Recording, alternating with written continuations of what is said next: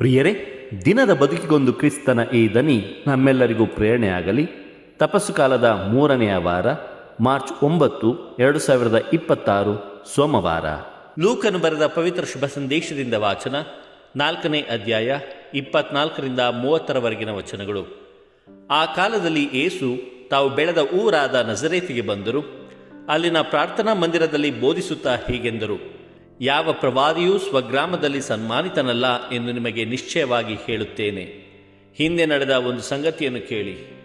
ಎಲಿಯನ ಕಾಲದಲ್ಲಿ 3 ವರ್ಷ 6 ತಿಂಗಳು ಮಳೆ ಬಾರದೆ ದೇಶದಲ್ಲೆಲ್ಲ ದೊಡ್ಡ ಕ್ಷಾಮ ಬಂದೊದಗಿತ್ತು. ಆಗ ಇಸ್ರಾಯೇಲ್ ನಾಡಿನಲ್ಲಿ ಎಷ್ಟೋ ಮಂದಿ ವಿಧವೆಯರಿದ್ದರು. ಅವರಾರ ಬಳಿಗೂ ದೇವರು ಎಲಿಯನನ್ನು ಕಳುಹಿಸಲಿಲ್ಲ. ಸಿದೋನ್ ದೇಶಕ್ಕೆ ಸೇರಿದ ಸರೆಪ್ತ ಊರಿನ ಒಬ್ಬ ವಿಧವೆಯ ಬಳಿಗೆ ಮಾತ್ರ ಕಳುಹಿಸಿದರು. ಅಂತೆಯೇ ಎಲೀಷನೆಂಬ ಪ್ರವಾದಿಯ ಕಾಲದಲ್ಲಿ ಇಸ್ರಾಯೇಲ್ ನಾಡಿನಲ್ಲಿ ಅನೇಕ ಕುಷ್ಠರೋಗಿಗಳು ಇದ್ದರು. ಅವರಲ್ಲಿ ಸಿರಿಯ ದೇಶದ ನಾಮಾನನ್ನು ಬಿಟ್ಟು ಮಿಕ್ಕ ಯಾರೂ ಗುಣಮುಖರಾಗಲಿಲ್ಲ ಎಂದು ಹೇಳಿದರು. ಇದನ್ನು ಕೇಳಿ ಪ್ರಾರ್ಥನಾ ಮಂದಿರದಲ್ಲಿ ಇದ್ದ ಎಲ್ಲರೂ ಕಡುಗೋಪಗೊಂಡರು.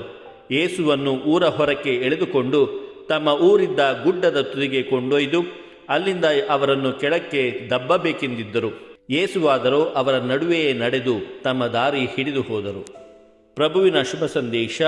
ಕ್ರಿಸ್ತರೇ ನಿಮಗೆ ಸ್ತುತಿ ಸಲ್ಲಲಿ. ಚಿಂತನೆ: ದೇವರಲ್ಲಿ ನಮ್ಮ ವಿನಂತಿಗಿಂತ ವಿಧೇಯತೆ ಅತಿ ಮುಖ್ಯ. ಪ್ರಭು ಯೇಸು ಕ್ರಿಸ್ತರಲ್ಲಿ ಆತ್ಮೀಯರೇ, ಇಂದಿನ 2 ವಾಚನಗಳು ದೇವರ ಕೃಪೆಯ ವೈಶಿಷ್ಟ್ಯತೆಯನ್ನು ನಮಗೆ ಸಾರುತ್ತವೆ. ನಾಮಾನನು ಸಿರಿಯ ರಾಜನಿಗೆ ಶಕ್ತಿಶಾಲಿಯಾದ ಸೈನ್ಯಾಧಿಪತಿ, ಆದರೆ ಚರ್ಮ ರೋಗದಿಂದ ಬಳಲುತ್ತಿದ್ದನು. ನಾಮಾನನ ಹೆಂಡತಿಗೆ ದಾಸಿಯಾಗಿದ್ದ ಒಂದು ಇಸ್ರಾಯೇಲ್ ಜನಾಂಗದ ಹುಡುಗಿಯ ಸಲಹೆಯಿಂದ ಅವನು ಇಸ್ರಾಯೇಲ್ ಪ್ರವಾದಿ ಎಲೀಷನ ಬಳಿಗೆ ಹೋಗುತ್ತಾನೆ. ತಕ್ಷಣವೇ ಎಲೀಷನು ತನ್ನ ದೇವರಾದ ಸರ್ವೇಶ್ವರನ ಹೆಸರು ಹೇಳಿ ನಾಮಾನನ ಚರ್ಮದ ಮೇಲೆ ಕೈ ಆಡಿಸಿ ರೋಗ ವಾಸಿ ಮಾಡುವನೆಂದು ನಾಮಾನನು ನೆನೆಸಿದ. ಆದರೆ ಪ್ರವಾದಿ ಎಲೀಷ ಹಾಗೆ ಮಾಡಲಿಲ್ಲ. ಬದಲಿಗೆ ಎಲೀಷನು ಅವನಿಗೆ, ಹೋಗಿ ಜೋರ್ಡಾನ್ ನದಿಯಲ್ಲಿ 7 ಸಾರಿ ಸ್ನಾನ ಮಾಡು, ಆಗ ನಿನ್ನ ದೇಹ ಮೊದಲಿನಂತಾಗುವುದು, ನೀನು ಶುದ್ಧನಾಗುವೆ ಎಂದು ಹೇಳಿ ಕಳುಹಿಸಿದನು. ನಾಮಾನನು ಇದನ್ನು ಕೇಳಿ ಕೋಪಗೊಂಡನು. ದಮಸ್ಕದ ಅಬಾನ ಹಾಗೂ ಪರ್ಪರ್ ಎಂಬ ನದಿಗಳು ಇಸ್ರಾಯೇಲರ ಎಲ್ಲ ನದಿ ಹೊಳೆಗಳಿಗಿಂತ ಉತ್ತಮವಾಗಿವೆಯಲ್ಲವೇ? ಸ್ನಾನದಿಂದ ವಾಸಿಯಾಗುವ ಹಾಗಿದ್ದರೆ ನಾನು ಅವುಗಳಲ್ಲಿಯೇ ಸ್ನಾನ ಮಾಡಬಹುದಿತ್ತಲ್ಲವೇ ಎಂದು ಹೇಳಿ ಬಹಳ ಸಿಟ್ಟಿನಿಂದ ಹೊರಟು ಹೋದನು. ಕೊನೆಗೆ ನಾಮಾನನು ತನ್ನ ಸೇವಕನ ಕಿವಿ ಮಾತನ್ನು ಕೇಳಿ ಎಲೀಷನು ಹೇಳಿದಂತೆ 7 ಸಾರಿ ಜೋರ್ಡನ್ ನದಿಯಲ್ಲಿ ಮುಳುಗಿ ಎದ್ದನು. ಕೂಡಲೇ ದೈವ ಪುರುಷನ ಮಾತಿಗನುಸಾರ ಅವನ ದೇಹ ಒಂದು ಮಗುವಿನ ದೇಹದಂತೆ ಶುದ್ಧವಾಯಿತು. ಪ್ರಿಯರೇ, ಇದರಿಂದ ನಾವು ಕಲಿಯಬೇಕಾದ ಅಂಶವೆಂದರೆ ದೇವರ ಕಾರ್ಯಗಳು ಮನುಷ್ಯನ ಬುದ್ಧಿಶಕ್ತಿಗೆ ನಿಲುಕದ್ದು. ದೇವರ ಆರಾಧನೆಗೆ ದೇವರ ವಾಕ್ಯವನ್ನು ಕೇಳಿ ಅದನ್ನು ಬೋಧಿಸುವುದಷ್ಟೇ ಸಾಲದು. ಆಲಿಸುವುದು, ಬೋಧಿಸುವುದು ಇವೆರಡೂ ಸುಲಭ. ಆದರೆ ದೇವರಿಗೆ ಮೆಚ್ಚುಗೆ ಆದದ್ದು ದೇವರ ವಾಕ್ಯವನ್ನು ಪಾಲಿಸುವುದಾಗಿದೆ. ಆತ್ಮೀಯರೇ, ದೇವರ ಆರಾಧನೆಗೆ ವಿಧೇಯತೆ ಅತ್ಯಗತ್ಯ. ವಿಶ್ವಾಸ, ನಂಬಿಕೆ ಮತ್ತು ವಿಧೇಯತೆಗಳು ಮಾತ್ರ ದೇವರ ಆಶೀರ್ವಾದಗಳನ್ನು ಪಡೆಯುವ ಮುಖ್ಯ ಸಾಧನಗಳು ಎಂಬುದನ್ನು ಇಂದಿನ 1ನೆಯ ವಾಚನದ ಮೂಲಕ ನಾವು ತಿಳಿದುಕೊಳ್ಳಬಹುದು.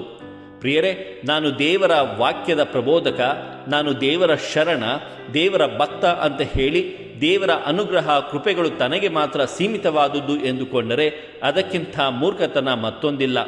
ದೇವರ ಕೃಪೆ, ದೇವರ ಅನುಗ್ರಹ, ಆಶೀರ್ವಾದಗಳು ಪ್ರತ್ಯೇಕವಾಗಿ ಕೇವಲ ಒಬ್ಬ ವ್ಯಕ್ತಿಗೆ, ಒಂದೇ ಒಂದು ಸಮುದಾಯ ಅಥವಾ ರಾಷ್ಟ್ರ ಅಥವಾ ಜಾತಿಗೆ ಸೀಮಿತವಾದುದಲ್ಲ. ಇಂದಿನ ಶುಭ ಸಂದೇಶದಲ್ಲಿ ತನ್ನ ಸ್ವಂತ ಊರಾದ ನಜರೇತಿನ ಜನರು ಯೇಸುವನ್ನು ತಿರಸ್ಕರಿಸಿದಾಗ ಯೇಸು ಅವರಿಗೆ ಪ್ರವಾದಿಗಳಾದ ಎಲಿಯ ಮತ್ತು ಎಲೀಷನ ಉದಾಹರಣೆಗಳನ್ನು ನೀಡುತ್ತಾರೆ. ತಾನು ಕೇವಲ ಇಸ್ರಾಯೇಲರಿಗಾಗಿ ಬಂದಿಲ್ಲ, ಅನ್ಯ ಜನರಿಗೂ ಆಶೀರ್ವಾದವನ್ನು ತರಲು ಬಂದಿದ್ದೇನೆ ಎಂದು ಯೇಸು ಸೂಚಿಸುತ್ತಾರೆ. ಇದರಿಂದ ಕೋಪಗೊಂಡ ಜನರು ಅವರನ್ನು ಕೊಲ್ಲಲು ಪ್ರಯತ್ನಿಸುತ್ತಾರೆ. ಅದರ ಫಲಿತಾಂಶ ಅವರು ದೇವರ ಅನುಗ್ರಹದಿಂದ ವಂಚಿತರಾದರು. ಪ್ರಿಯರೇ, ಹಾಗಾಗಿ ದೇವರ ಸೇವಕರನ್ನು ತಿರಸ್ಕರಿಸುವ ಸ್ವಭಾವ ನಮ್ಮಲ್ಲಿರಬಾರದು. ದೇವರ ಅನುಗ್ರಹವನ್ನು ಸ್ವೀಕರಿಸಲು ನಮಗೆ ವಿಶ್ವಾಸ, ನಂಬಿಕೆ ಮತ್ತು ಮುಖ್ಯವಾಗಿ ವಿಧೇಯತೆ ಬೇಕು. ನಮ್ಮ ಹೃದಯಗಳು ದೇವರ ವಾಕ್ಯವನ್ನು ಸ್ವೀಕರಿಸಲು ಸಿದ್ಧವಾಗಿರಲಿ. ದೇವರ ಕೃಪೆಯನ್ನು ನಾವು ನಿರಾಕರಿಸದೆ ಅನುಗ್ರಹದಿಂದ ಪೂರ್ಣ ಬದುಕನ್ನು ಅನುಭವಿಸೋಣ. ಆಮೆನ್. ದೇವರು ನಮ್ಮೆಲ್ಲರನ್ನು ಆಶೀರ್ವದಿಸಲಿ. ಇದು ಧ್ವನಿ ಮಾಧ್ಯಮ ಮನೆಯ ಕೊಡುಗೆ. ಧ್ವನಿ ವಂದನೆಯ ಸ್ವಾಮಿ ಶಾಂತಕುಮಾರ್ ಜೆ, ಬೆಂಗಳೂರು ಮಹಾಧರ್ಮ ಕ್ಷೇತ್ರ.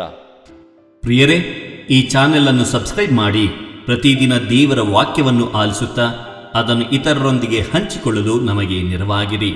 ಧನ್ಯವಾದಗಳು.